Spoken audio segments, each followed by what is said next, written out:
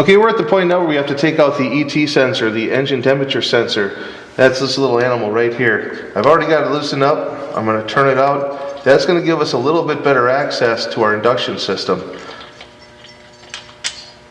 And there's our sensor. Now our induction system is held on by 4 Allen bolts. There's 2 in the back, 1 on this side, 1 on this side. There's also 2 in the front. I'm going to be using this special wrench that's got an angle cut on it to loosen these bolts up. See if I can find a good angle here to get started. Okay, we're on the other side of the throttle body right now. There's 2 bolts on this side. There's 1 back over here and 1 back over here. It's going to be a little bit tough to get at too. I'm using a ball-ended Allen wrench.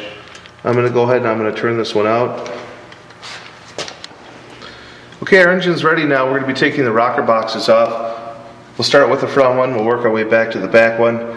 Starting off, we need to pull out 6 bolts. They're up on top here. 1, 2, 3, 4, 5, 6.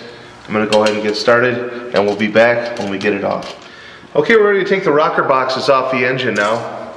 Already got these all loosened up. All the bolts are out. Take this and lift it out of the way. The rear one also is ready to come out. Now I think it's important to note that most of the pressure on this rocker box is going to be held with these 4 bolts here, these bigger ones. Also, they're different lengths. Make sure that you don't mix those bolts up when you go to reassemble. So what I like to do is I like to evenly let the pressure off these 4 about a half a turn at a time. The smaller bolts then can be loosened up, and then the top of the bottom and the center section of this rocker box can then come out. Don't forget to take these little bolts out here as well. And I'll find a wrench and I'll get started. Okay, I'm going to be loosening up the valve train assembly. This is the upper rocker arms. And I'm going to start with just loosening these about a half of a turn. Okay, we've got all the bolts out of our rocker box and everything is loose and ready to come out. I'm going to pull our rocker arm assembly out first. I'm just going to take that out this side.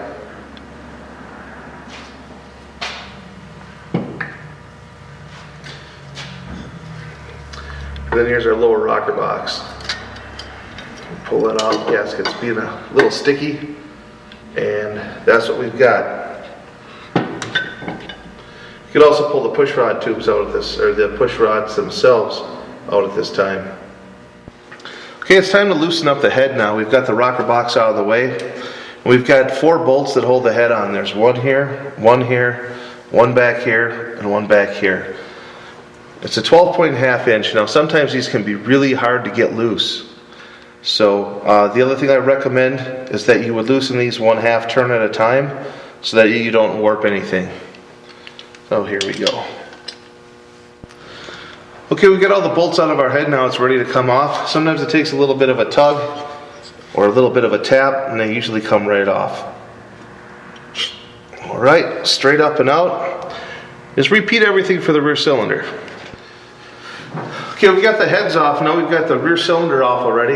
It's time to get the front cylinder off. You can see I have the pistons all the way down inside of the cases. That's just where they happen to be at this time that we're taking the engine apart. So what you need to do is just grab your cylinder. Sometimes you need to give it a little wiggle or a little rock. They can be a little bit tough to come off. And this one here is ready to come out. And gently lift.